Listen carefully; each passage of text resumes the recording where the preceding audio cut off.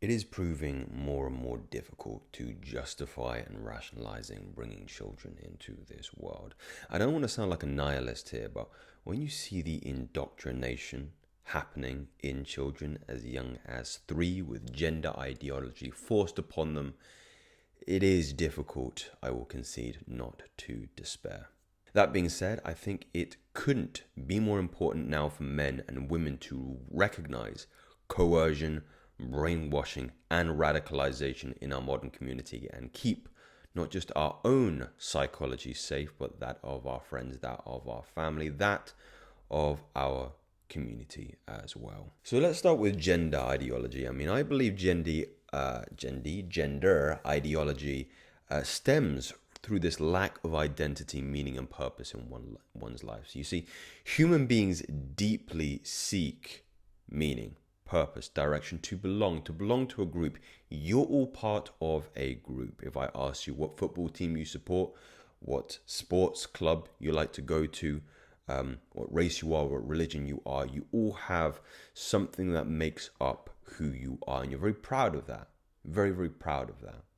Now, some individuals who are the victim of social isolation, maybe bullying, maybe broken families, maybe mental health even, come to a point where they don't have that as readily available as you do. And they will come to a point where they create their own community. And that community begins to increase in number and size as the continuity between those individuals, backstory, gains in number. So you can see where it comes from. I mean, I myself created very, very strange communities when I was younger, and I didn't have that sense of belonging. I think we all did, and I do empathize with this feeling of non-belonging and people, having the free will to do whatever they want to do. I really do get that, and I really do support that. But I have a problem when it starts to trickle into coercion and it starts to impair and infringe upon people who lack capacity to make informed decisions about their life. It's appalling. It's appalling. And even now, I'm probably going to bring up some pictures of some of the American schools, young schools, whereby gender ideology, pronouns and all these very confusing concepts are pushed on kids who don't, or what would you say, have a rather tenuous grip on reality as it stands. I mean, again, don't mistake my meaning here. I do believe people should be free to make their own choices, but I reject the idea of grooming and confusing children before they have learned what basic multiplication is, or basic biology is. Like I say, these individuals tend to have a very tenuous grip on reality. For example, when I was 10, there was a girl at my school who genuinely believed she was a velociraptor. So, yeah. And let's talk about the sexualized culture now. So it's curious how sex-obsessed our culture has become. Not just amongst the young, as we previously seen, these individuals pushing the narrative that people should be creating their own pronouns, but the prevalence of sex on social media and media in general.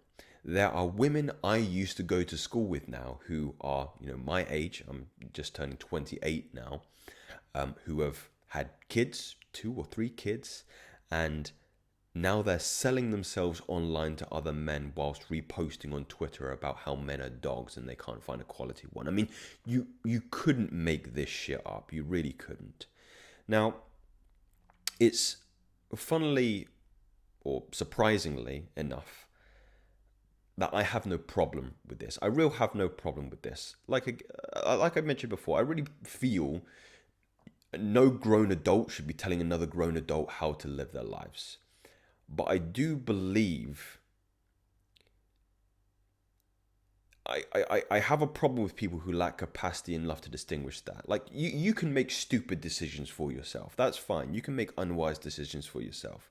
Hell, I make some unwise decisions at time, and I believe I have the right to, and I believe you should have a right to as well. But my issue comes with where children can easily access soft porn or hardcore pornography online. Hell, I can't even scroll through my Twitter feed one day without every day without seeing something suggestive on there. I'll put a little link up here to Gary Wilson's book, Your Brain on Porn. And the bottom line is that, are you happy with your children being able to access something that can stimulate their neurochemistry in a way that is worse than heroin or cocaine? I know I'm not comfortable with that. And again, why I prefaced, it's difficult to rationalize bringing children into the world now. Fat phobia, would you believe this is real? And you know, things have gone terribly, horribly, horrifically wrong in our culture, where people are condemning other people for even using terminology like obese. Like obesity is a medical terminology to denote a particular BMI, right? But because of its overuse and the prevalence of these individuals in our culture, it has been conflated with negative connotations. Now we've done out with the world, and now we're using words like bariatric, which even now is coming into contention, and now we're using words like plus size. But believe in me, even when we replace plus size and bariatric terms with other terms to describe people who are of that significant body composition, that will get negative connotations as well, because there's negative connotations with the reality of what that is in and of itself. There's no getting away from that. People don't make it, it's just a fact. I talked about in a previous video about this idea that attraction is predicated on health. It's predicated on health. And health and virility and vitality come with a good body weight, a good body size, right? Of course, I think you can have different morphologies. You can have mesomorph, people who are more broad-shouldered and smaller waist. You can have endomorphs with people who have larger waist and smaller shoulders.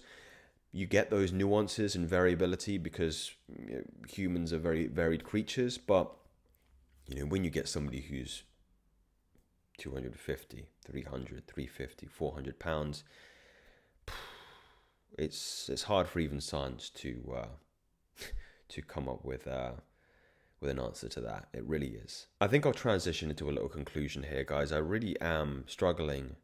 Maybe I had a little bit of an existential crisis of late to again justify and rationalize bringing children into this world as a consequence of some of the brainwashing and coercion that goes on today. There are some real malicious forces at work, and they all stem from this lack of personal and moral accountability over one's life. My advice for you is to never get bitter, never become a victim of your life. Acknowledge it, otherwise it will ruin your life, it will rule your life, and you'll call it fate. Meaning that everything that I've mentioned in here, fat phobia, a lack of accountability of your health, sexualized culture, a lack of accountability or modesty, and gender ideology, lack of belonging, lack of meaning, lack of purpose in your life, all stems from factors that you can control.